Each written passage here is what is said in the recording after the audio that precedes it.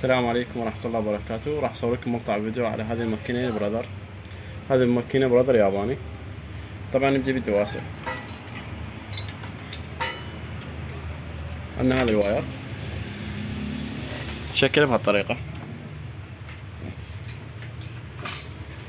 الماكينة يابانية بلادية 110، فلازم نخليها المحولة.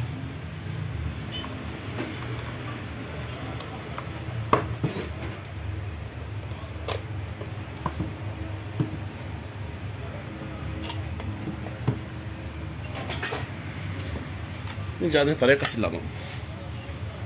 هاي مالت البكرة ترفع منها بهالصورة، خلي البكرة منها. خيط ألزمه بهالطريقة، أقوي الخيط أدخله منها. الخيط أقوي مثل ما تلاحظون، أدخله داخل الميزانية وأحركه بهالصورة.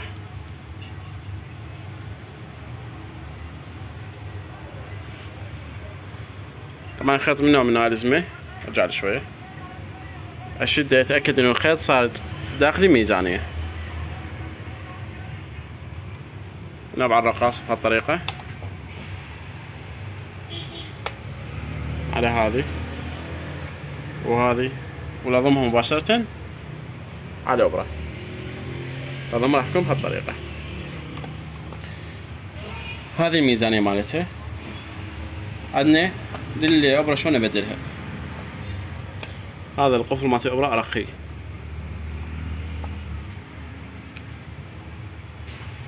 عندنا الجهة العدلة، هذه الجهة العدلة المسطحة. هاي الجهة العدلة المسطحة تصير وجهها على اتجاه الماكينة، يعني هذه الجهة العدلة اللي هناك راح يكون اتجاهها. الإبرة أصعدها للأخير لمن دق عدي للأعلى.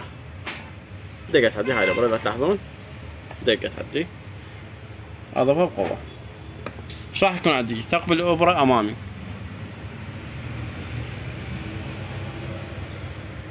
ومنها تلمسها راح يكون عندي خشن. الملمس مالت الإبرة راح يكون خشن. ارجع لي. طبعا هذه اللي هنا تنزل المشط والصعدة، بس هم راح اشرح لكم عليها. الماكوك، هم نقطع الماكوك. هذا الماسول وهذا الماكوك شلون يتركب. هذا يدخل هنا، ألزمه بقوة هيج، والخيط هذا أقوي أدخله على الفتحة هذا الشكل عريض هالصورة. خيط سهل يكون صعد بقوة بسيطة على قد قبضة ايدي واقطع الزايد. انزل وياي. طبعا عندنا هاي الحديدة معكوفة للأعلى، صار مقابلها هاي الفتحة. ادفع من المنتصف، سمعوا هاي الطقة كبس هذه المعكوف.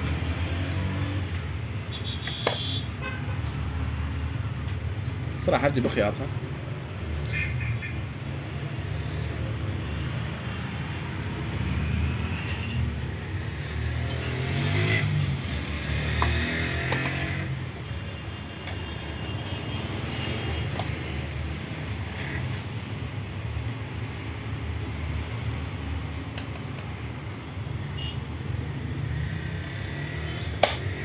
طبعا عندنا هسه هذين اللي هنا، هذا ام الاف. هاي تكبر الغرزة وصغرها، ادي من الواحد حد ال4. هاي هنا كبر الغرزة، شما صعدت لل4 او 3، شما انزلها، شما عندي غرزة تصغر، وراح اوضحها قدامكم. هسه عندنا هذا على 4.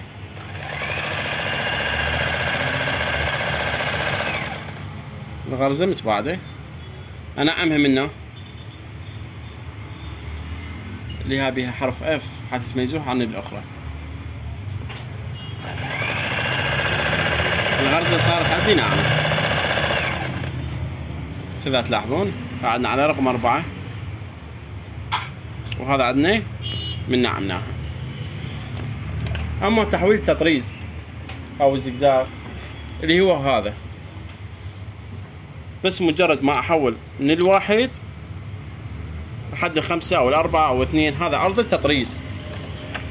هذا يتحكم بمن؟ بعرض التطريز.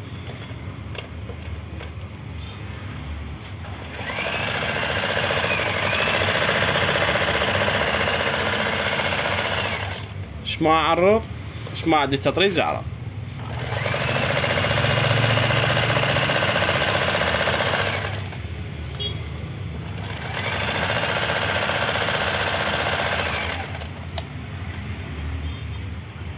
بس اذا تلاحظون عندنا هذا عرض مال التطريز مالتها، راح انعمه منه، راح اخليه باعتبار انه اثنين.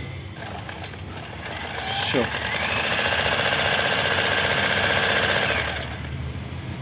شلون صغر عندي تطريز. عندنا تحويل نقشات من هذه، طبعا لازم احول تطريز، يلا حول نقشات. بس اللي عندنا مثلا هذه النقشة على رقم 5.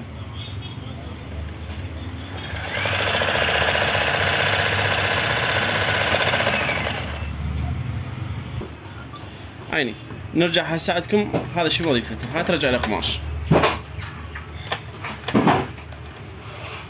هاي ترجع القماش، هذا نرجع على صفر ترجع على خياط. هاي قلنا تحكم بالغرزة مالت الماكينة، ترجع مالت القماش. هاي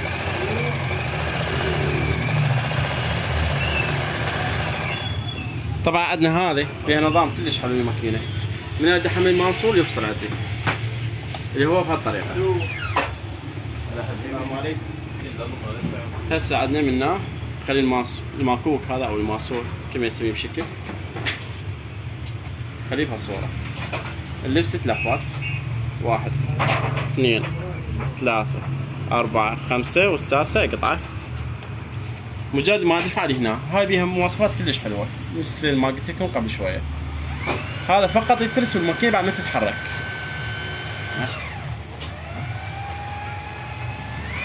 هسه بعد الماكينة متوقفة، فقط هذا يلف.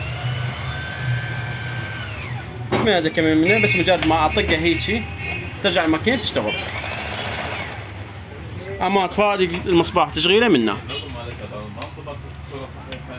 هنا تشغيل ومنها اطفاء. كل هذا تجدونه هذه ورشة مال دار نفيس، صفحة ترويجية، ورشة مال سي صلاح كربلاء، سوق حي غدير. موبايل 077 150 43 42 3.